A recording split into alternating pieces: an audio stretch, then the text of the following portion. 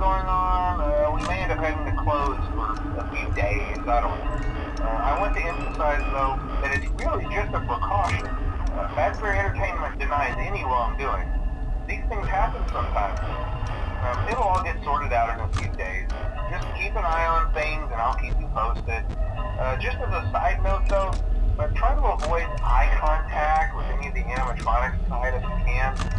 Someone may have tampered with their facial recognition systems. We're not sure. But the characters have been acting very unusual, almost aggressive towards the staff.